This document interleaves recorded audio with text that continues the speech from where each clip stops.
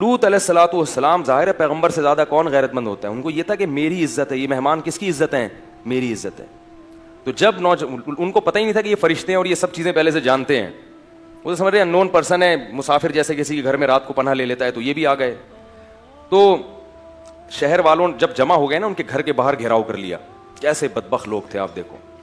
جب گھیراؤ کیا تو لوط علیہ الصلوۃ والسلام نے ان سے کہا کہ ہؤلاء ضیفی فلا تفضحون, یہ میرے مہمان ہیں, ان کو ذلیل, مجھے ذلیل مت کرو.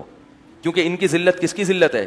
دیکھو اس سے یہ بھی پتہ چلتا ہے مہمان کی عزت, مہمان کا بولو بھائی اکرام.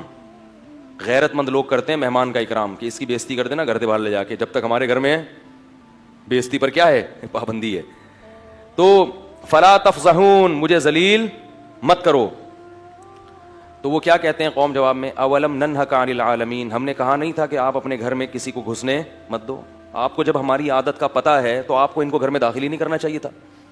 لوط علیہ السلام نے کہا ہؤلاء بناتی, یہ میری قوم کی بیٹیاں ہیں, ان سے نکاح کر کے اپنی خواہش کو پورا کرو. تو قوم جواب میں کیا کہتی ہے, ما لنا فی بناتک من حق, ہمیں عورت میں کوئی رغبت. یہ بھی اس گناہ کی سزا ہے کہ جس کو اللہ نے پیدا کیا اس میں رغبت, بولو بھائی, ختم ہو جاتی ہے. یہ بھی ایک عذاب ہے. تو لوط علیہ السلام اب کیا کہہ رہے ہیں, لو ان لی بکم قوۃ او آوی الی رکن شدید, کاش میرے بازوؤں میں قوت ہوتی تم سے مقابلہ کرتا میں, یا میرا کوئی قبیلہ ہوتا جس کو بلاتا اور میری مدد کرتا, کیونکہ کمزور قبیلہ تھا لوط علیہ السلام کا. کاش کوئی قبیلہ ہوتا جو اس موقع پر میری. اس سے پتہ چلتا ہے کہ انسان اپنے جیسوں انسانوں سے مدد مانگنا یہ توکل کے خلاف, بولو بھائی, نہیں ہے. اللہ کو بھی یاد کیا اور ساتھ ساتھ قبیلے کو بھی, کہ وہ ہوتے تو شاید میری مدد کرتے. کوئی بھی نہیں ہے تو میں کیا کر سکتا ہوں. قرآن کے الفاظ دیکھو, لعمرک انہم لفی سکرتہم یعمہون, اے محمد صلی اللہ علیہ وسلم, ہمیں آپ کی عمر کی قسم کہ وہ نشے میں ڈوبے ہوئے تھے. انہیں پیغمبر کے اس قسم پرسی کا ذرہ برابر بھی ترس نہیں آ رہا تھا. جب اتنی قسم پرسی دیکھی نا فرشتوں نے, لوط علیہ, پہلے نہیں بتایا, اللہ بھی تو آزماتے ہیں نا اپنے بندوں کو. جب یہ قسم پرسی دیکھی ہے تو فرشتوں نے کہہ دیا, یا لوط انا رسول ربک, اے لوط ہم انسان نہیں ہیں, ہم رب کے فرشتے ہیں. لن یصلوا الیک, پہلا تو تسلی کا جملہ یہ کہ یہ ہرگز آپ تک نہیں پہنچ سکتے. ہم تک تو پہنچنا دور کی بات, یہ ادھر آ ہی نہیں سکتے. بہت طاقتور فرشتے ہیں ہم, بہت طاقتور, یہ یہاں پہنچ نہیں سکتے. اب کرنا کیا ہے, جو ہم کہہ رہے ہیں وہ کرنا ہے آپ نے. فاسری باہلک, آپ کے اہل میں جتنے لوگ ہیں رشتہ دار یا جو بھی ایمان لانے والے لوگ ہیں, ان کو لے کے راتوں رات یہاں سے چپکے سے نکل جائیں. بڑا آسان ہو رہا ہے لڑکیوں سے دوستی لگانا, زنا کرنا, ہوٹلوں میں لے جانا, بڑا آسان ہو رہا ہے. یہ آسان اس لیے نہیں ہو رہا کہ اللہ آپ سے خوش ہے, بلکہ اللہ پکڑنے کا ارادہ رکھتا ہے. جیسے لوط علیہ السلام کی قوم پہلے بدکاری کرتی تھی, مشکلات ہوتی تھی ان کو, اب کیا ہوا کہ ان کے لیے بدکاری کو آسان کر دیا. خوبصورت لڑکے آ گئے, وہ خوش ہو رہے, اب تو بڑا آسان ہے. تو وہ آسان نہیں تھا, اب ان کے لیے عذاب کی, بولو بھائی, تیاری. تو گناہ کا آسان ہونا یہ اللہ کی رحمت نہیں ہے, اور یہ اس کی علامت نہیں ہے کہ آپ کے اللہ تعالیٰ چاہ رہے ہیں کہ آپ مزے اڑائیں, بلکہ یہ اس کی علامت ہے کہ آپ دل بھر کے اڑا لو تاکہ اللہ عذاب, سخت سے سخت عذاب میں پھر آپ کو پکڑے. تو اس لیے اللہ سے یہی دعا کیا کرو کہ اللہ ہمیں گناہ کا موقع نہ دے, ہمیں موقع ہی نہ دے گناہ کا, اور ایسی جگہوں پہ بھی نہ جاؤ جہاں آپ کے گناہ کا دل میں خیالات پیدا ہوں.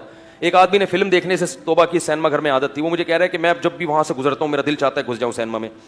میں نے کہا جب تم نے توبہ کر لی ہے تو اس گلی سے گزرتے کیوں, اس ایریے سے گزرتے کیوں, راستہ بدل کے کیوں نہیں چلے جاتے؟ گزر بھی وہیں سے رہے ہیں تو ظاہر ہے پھر تو شیطان خواہش پیدا کرے گا. چرس چھوڑ دی, ہیروئن چھوڑ دی, بیٹھ انہیں دوستوں میں رہیں جو چرسی ہیں, پھر خیال پیدا ہوگا. زنا سے توبہ کر لی لیکن لڑکیوں کے نمبر ڈیلیٹ نہیں کیے, گپیں اسی طرح لگ رہی ہیں, فلمیں اسی طرح بےہودہ دیکھی جا رہی ہیں, پھر گناہ کے خیالات پیدا ہوں گے. تو توبہ یہ ہوتی ہے کہ آپ ان تمام متعلقات کو ختم کر دیں. میرے پاس لوگوں کی کال آتی ہے نا, میری ناجائز دوستی تھی, میں کہتا ہوں اس لڑکی کا نمبر بھی ڈیلیٹ کر دو, نمبر بلاک کر دو, پھر بھی اگر نہ موبائل توڑ کے پھینک دو. یہ موبائل تمہیں اللہ کے عذاب سے نہیں بچائے گا قیامت کے دن. انسان نے پوری زندگی موبائلوں کے بغیر ہی زندگی گزاری آج تک. کوئی اتنی بڑی ضرورت نہیں ہے کہ جس کے بغیر تم جنت میں نہیں جا سکو گے یا روٹی نہیں ملے گی تمہیں کھانے کو. یہ چیزیں جہاں انسان کے لیے بہت مفید ہیں وہاں بہت زیادہ نقصان دہ بھی ہے. کوئی بھی چیز جو زنا کے قریب لے کر جا رہی ہے اس چیز سے میرے بھائی اپنے آپ کو بچانے کی کوشش کرو. اللہ تعالی ہم سب کو صدق دل سے عمل کرنے کی توفیق عطا فرمائے. آج تاخرات ہے, راتوں کو اٹھ کے اللہ سے خوب معافی مانگیں اور اپنے گناہوں سے توبہ کریں, اور یہ بھی اللہ سے دعا مانگیں کہ اللہ ہمیں پورے سال گناہوں سے بچنے پر استقامت نصیب فرمائے.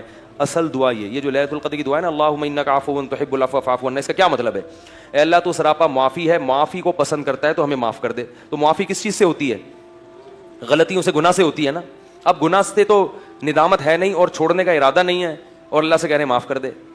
تو یہ ایسا ہی ہو گیا جیسے کوئی آدمی اپنے ابا اس کو کہہ لیں جا پانی لے کر آؤ, کہہ رہے میں نہیں لے کر آ رہا. ابا کو غصہ آیا, ابا نے ایک تھپڑ لگا جا, آپ کہہ رہے ہیں ابا سوری معاف کر دیں. ابا کہہ رہے ہیں چل بھائی جا لے آ پانی, کہہ رہے ہیں ملاؤں گا تو بھی نہیں میں, بس ابا آپ سے سوری, کیونکہ آپ سوری کو پسند کرتے ہیں, میں بھی سوری کر رہا ہوں آپ سے. ابا آپ سوری کو پسند کرتے ہیں لہٰذا میں آپ سے کیا کر رہا ہوں, سوری. ابا بڑے خوش ہیں, چلو بھائی اب لے کر آؤ, نہیں لاؤں گا تو بھی نہیں. تو ہماری بھی توبہ ایسے ہی ہے, اے اللہ میں نے بڑے بڑے گناہ کیے, میں نے فلمیں دیکھی, میں نے یہ کیا, میں نے لڑکیوں سے ناجائز دوستیاں لگائیں, میں نے شراب پی, میں نے معاذ اللہ نہ کرے کہ یہ کر لیا میں نے, معاف کر دے. اللہ کہتے ہیں ٹھیک ہے آئندہ کے لیے توبہ کر لے. ارادہ تو ہے, دل میں اسی وقت ہوتا ہے کہ وہ پھر ابھی کروا لو 27ویں رات میں 25ویں رات میں, پھر عید کے بعد دوبارہ سے روٹین, تو یہ نہیں ہوتا بھائی. تو اللہ سے گڑ گڑا کے توبہ کریں, اللہ آئندہ نہیں کروں گا, اور یہ بھی مانگے اللہ بچنے کی توفیق دے دے, اسی پہ گڑ گڑا لیں. تو خود بھی ہمت کریں اور اللہ سے بھی مانگے, تو پھر کام بنے گا. اللہ تعالیٰ سمجھنے کی عمل کرنے کی توفیق عطا فرمائے.